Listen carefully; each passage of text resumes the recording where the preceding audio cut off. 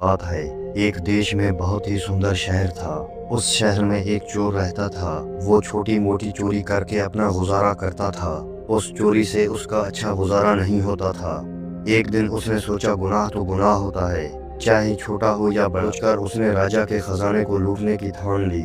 रात होने पर वो महल के अंदर घुस गया और किसी तरह खजाने तक पहुंच गया। वहां पहुंचकर उसने देखा कि खजाने पर कई पहरेदार पहरा दे रहे थे। सख्त पहरा देखकर चोर को लगा उनकी आंखों में धूल झोंकना बहुत मुश्किल काम है, और सोचने लगा यहाँ तो पहरेदार पहरा दे रहे हैं, अगर मैंने चोरी करने की कोशिश की तो मारा जाऊंगा। ये सोचकर चोर वापस लौट गया। लौटते वक्त उसने सोचा कि खाली हाथ लौटने से तो अच्छा है कुछ न कुछ तो यहाँ से ले जाऊं, मेरा यहाँ से खाली जाना ठीक नहीं है। चोर के दिमाग में ख्याल आया कि राजा के खलवत खाने में जाना चाहिए, जहाँ पर राजा सोता है। शायद इस वक्त राजा अपने कपड़े उतारकर सो गया होगा। मैं राजा के जेवरात चुरा कर ले आऊंगा और उन्हें पहनकर यहाँ से माल चुरा कर आसानी से निकल जाऊंगा। पहरेदारों को लगेगा कि मैं राजा हूँ, इसलिए वो मेरे रास्ते में नहीं आएंगे और मेरा काम आसान हो जाएगा। ऐसा सोचकर चोर राजा के कमरे के अंदर पहुंच गया और उसने धीरे से पर्दा हटाकर देखा। अंदर का नजारा देखकर तो हैरान रह गया। उसने देखा कि राजा अपने बेड पर आराम से सो रहे हैं और रानी बिना कपड़ों के राजा के साथ पलंग पर बैठी है। रानी को जागता हुआ देखकर चोर के हाथ पैर फूल गए और वो एक तरफ दीवार के साथ खड़ा हो गया और रानी के सो जाने का इंतजार करने लगा। कुछ देर बाद फिर उसने पर्दा हटाकर देखा कि रानी सोई है या नहीं, क्योंकि रानी सो जाए तो राजा के कपड़े चुराए जाएं। चोर ने देखा कि रानी अभी भी उसी तरह बैठी हुई थी। ये देखकर चोर वहां रखी हुई टेबल पर बैठने लगा। जैसे ही चोर टेबल पर बैठा तो पानी का गिलास जमीन पर गिर गया। उस आवाज को सुनकर राजा की आंख तो नहीं खुली, पर रानी तलवार लेकर बाहर आ गई और तलवार चोर की गर्दन पर रख दी और कहने लगी, कौन हो तुम और यहाँ किस लिए आए हो? सच सच बता वरना तुम्हारा सर धड़ से अलग कर दूंगी। चोर डर के मारे पसीना पसीना हो गया और हाथ जोड़कर कहने लगा, रानी साहिबा मेरी जान बख्श दो, मैं एक गरीब चोर हूँ और चोरी करने के इरादे से यहाँ आया हूँ। छोटी मोटी चोरी करके अपने परिवार का गुजारा करता हूँ। आप मुझे मार देंगी तो मेरे बच्चे अनाथ हो जाएंगे। मैं वादा करता हूँ कि इस बार मुझे छोड़ दो, मैं कभी दोबारा राजमहल की तरफ मुड़कर नहीं आऊंगा। रानी साहिबा मेरे छोटे छोटे बच्चों पर रहम करो। रानी को उस पर रहम आया और उसने कहा, मैं तुम्हें एक शर्त पर छोड़ सकती हूँ। चोर ने पूछा, क्या शर्त है? उसने कहा, मेरे साथ रात गुजारो, यानी मेरे साथ हम बिस्तरी करो, तो फिर मैं तुम्हें यहाँ से जाने दूंगी, वरना एक ही झटके में तुम्हारा सर काट दूंगी। रानी की ये अनोखी शर्त सुनकर चोर और भी ज्यादा घबरा गया और कहने लगा, रानी साहिबा ये आप क्या कह रही हो? मैं तो एक छोटा मोटा चोर हूँ और आप इतने बड़े राजा की रानी हैं। मेरी क्या औकात है जो मैं आपके साथ ऐसा करूँ? मेरे लिए ये सोचना भी बहुत बड़ा गुनाह है। रानी ने कहा, मैं कुछ नहीं सुनना चाहती। अगर तुम्हें अपनी जान प्यारी है तो मैं जैसा कहती हूँ वैसा ही करो, वरना मरने के लिए तैयार हो जाओ। रानी की ये बात सुनकर चोर की जान हलक में अटक गई। चोर सोचने लगा, आज मैं बहुत बड़ी मुसीबत में फंस गया हूँ। अगर मैंने रानी की बात नहीं मानी तो भी मारा जाऊंगा, अगर मान जाऊं तो भी मारा जाऊंगा। चोर बहुत बड़ी सोच में पड़ गया। आखिरकार रानी के साथ रात गुजारने के लिए तैयार हो गया और कहा, रानी साहिबा मुझे 5 मिनट का वक्त दे। रानी ने कहा, कोई बात नहीं, आपके पास 5 मिनट का वक्त है। चोर थोड़ा दरवाजे की तरफ लगा। चोर डरा हुआ था।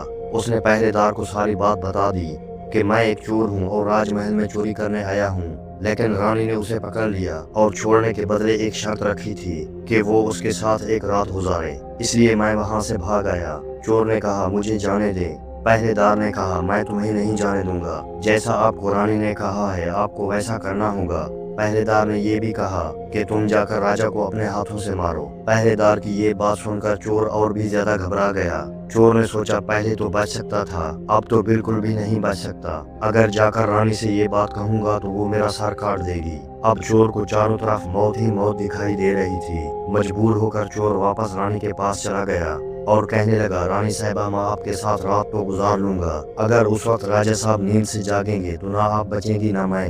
राजा साहब हम दोनों को मार डालेंगे, इसलिए आपको एक काम करना होगा, आप अपने हाथ से राजा का सर काट दें। अगर आप इतना कर सकती हैं तो मुझे आपकी शर्त मंजूर है, वरना मैं आपके हाथों मरना पसंद करूंगा। रानी ने सोचकर जवाब दिया, कोई बात नहीं, मैं अभी राजा साहब को मौत के घाट उतार देती हूँ। रानी ने दोनों हाथों से तलवार पकड़ी और सोए हुए राजा का सर काट दिया। ऐसा करने के बाद रानी बेहोश होकर गिर पड़ी और उस वक्त चोर वहाँ से भाग निकला। सुबह राजमहल में शोर मच गया कि कोई राजा साहब को मार गया, मगर राजा साहब को मारने वाले का कोई पता नहीं चल पा रहा था। रानी भी जोर जोर से रो रही थी, मगर एक पहरेदार के अलावा और कोई नहीं जानता था कि राजा को रानी ने मारा है या चोर ने। रानी ने कहा, मैं भी राजा के साथ जाना चाहती हूँ। तो पहरेदार ने कहा, रानी साहबा, आप तो राजा के साथ जाना चाहती हैं, मुझे बस इतना बता दें कि राजा साहब को आपने मारा या चोर ने। ये बात सुनकर रानी चौंक गई कि इसका मतलब इस बात को पहरेदार भी जानता है। रानी ने कहा, सुनो, राजा को ना मैंने मारा है ना उस चोर ने। अगर तुम्हें ये बात जाननी है कि राजा को किसने मारा है तो शहर के बाहर एक जंगल है, उसमें चले जाओ। वहाँ पर झोपड़ी में बुढ़िया रहती है, वो तुम्हें इस राज के बारे में जरूर बताएगी। पहरेदार को ये बात जाननी थी। रानी की बताई हुई जगह पर वो पहुंच गया जहाँ पर वो बुढ़िया रहती थी। पहरेदार उस बुढ़िया के पैर पकड़कर बोलने लगा, मैं एक राज जानने के लिए आपके पास आया हूँ। राजा साहब को किसने मारा है मुझे बताइए। बुढ़िया कहने लगी, तुझे ये राज जानना है तो तुझे एक काम करना होगा। मेरी झोंपड़ी के बाहर एक बकरा बंधा हुआ है, तो अपनी तलवार से उसका सर काट दे। सर काटते ही बकरे का धड़ जमीन पर गिर जाएगा और उसका सर हवा में उड़ने लगेगा। तब तुम उस बकरे के सर के कान पकड़कर लटक जाना। बकरे का सर तुम्हें जहाँ पर ले जाए वहाँ पर तुम्हारे सवाल का जवाब मिल जाएगा कि राजा को किसने मारा है। अब पहरेदार ने वैसा ही किया। पहरेदार ने उस बकरे का सर काट दिया। बकरे का सर कटते ही हवा में उड़ने लगा। पहरेदार ने बकरे का सर पकड़ लिया और वहाँ से उड़ने लगा। बकरे का सर उसे एक भयानक जगह पर ले गया। जैसे ही पहरेदार वहाँ पर उतरा, उसने सोचा, यहाँ तो कोई भी नहीं है, यहाँ पर कौन मुझे राजा की मौत के बारे में बताएगा। वो जगह एक जिन की थी। एक जिन और उसकी बेटी वहाँ पर रहते थे। जिन ने सोचा कुछ खाने के लिए बाहर से ले आऊं। फिर उसके बाद उसकी बेटी गुफा से बाहर आई। बाहर आकर उसने देखा कि एक हट्टा कट्टा नौजवान खड़ा है। जिन की बेटी ने सोचा कि मैंने इसे खा लिया तो मेरे एक वक्त की भूख मिट जाएगी। अगर मैंने इसे जिंदा रखा तो ये नौजवान मेरे बहुत काम आएगा। उसकी बेटी ने एक खूबसूरत लड़की की सूरत इख्तियार की और उसके सामने आ गई। इतना खूबसूरत लड़की उसने आज तक पहले कभी नहीं देखी थी। उसने उसे देखते ही उसका दीवाना हो गया। लड़की भी उसे अपनाने के लिए आई थी, इसलिए उसे अपने गुफा में ले आई और उसके साथ खूब मस्ती की। जब उसके बाप के आने का वक्त हुआ तो उसने उसे मक्खी बनाकर दीवार पर चिपका दिया। राक्षस आया और उसने बेटी से पूछा कि मुझे कोई इंसान की बदबू आ रही है, मुझे लगता है कि कोई आदमी हमारे गुफा में आया है। तब बेटी बहाना बनाकर कहने लगी, हमारे होते हुए कौन यहाँ पर आने की जुर्रत कर सकता है। इस तरह उसने अपने बाप को गुमराह कर दिया और रोज रात को उसे आदमी बनाकर उसके साथ मस्तियां करती और दिन में उसे मक्खी बनाकर दीवार में चिपका देती थी।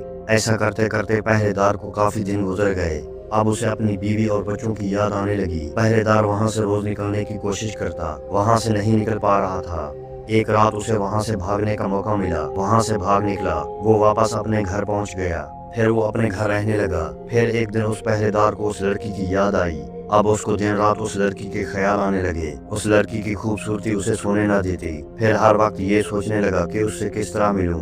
फिर उसने उससे मिलने का सोच लिया। पिछली बार तो उस बुढ़िया ने मुझे वहाँ पर पहुँचा दिया, मैं तो वहाँ से भाग कर आया हूँ, अब तो मुझे रास्ते का भी पता नहीं है। फिर उसने सोचा क्यों ना कि मैं उस बुढ़िया के पास जाऊं। फिर वहीं जगह बुढ़िया के पास पहुंच गया और वहीं जाकर कहने लगा, मुझे एक बार वहां फिर पहुंचा दो जहां पर मुझे पहले भेजा था। अब वो राजा का राज जानना भूल गया। अब उस लड़की का इश्क उसके सर पर सवार था। बुढ़िया ने कहा, पहले तो मेरे पास एक बकरा था जिसके कान पकड़कर आप वहां पर चले गए थे, अब तो वो भी नहीं है। अब मैं तुम्हें वहां पर कैसे पहुंचाऊं? पहरेदार ने कहा, जैसा करो मुझे वहां तक पहुंचाओ। बुढ़िया ने कहा, एक बात है, आप अपने बेटे को मेरे पास लाएं। पहरेदार ने कहा, ये कौन सी बड़ी बात है, मैं अभी ले आता हूँ। इतना कहकर पहरेदार अपने बेटे को बुढ़िया के पास ले आया। बुढ़िया ने कहा, जैसे आपने बकरे का सर काटा है इस तरह अपने बेटे का सर भी काट दो, फिर उसी तरह इसका सर भी हवा में उड़ने लगेगा। फिर तुम इसका सर पकड़ लेना, ये आपको वहाँ तक पहुँचा देगा। पहरेदार के सर पर लड़की का जुनून सवार था। वो अपने बेटे का सर काटने पर तैयार हो गया। जैसे ही उसने तलवार लेकर बेटे का सर काटना चाहा, तब उस बुढ़िया ने उसका हाथ पकड़ लिया और कहने लगी, रुको, यही तुम्हारे सवाल का जवाब है। चाहे कितने ही सगे हो, इन तीनों पर कभी भी भरोसा नहीं करना चाहिए। पहला, राजा को ना चोर ने मारा था ना रानी ने, राजा को हवस ने मारा था। जिस तरह लड़की के प्यार में अंधा होकर तू अपने बेटे को मारने के लिए तैयार हो गया, दूसरा, माल के लालच में आकर कोई भी किसी को मार सकता है। तीसरा, औरत का इश्क, फिर बाद में आदमी को जिंदगी भर पछताना पड़ता है। उम्मीद करते हैं आपको ये सुनाई गई कहानी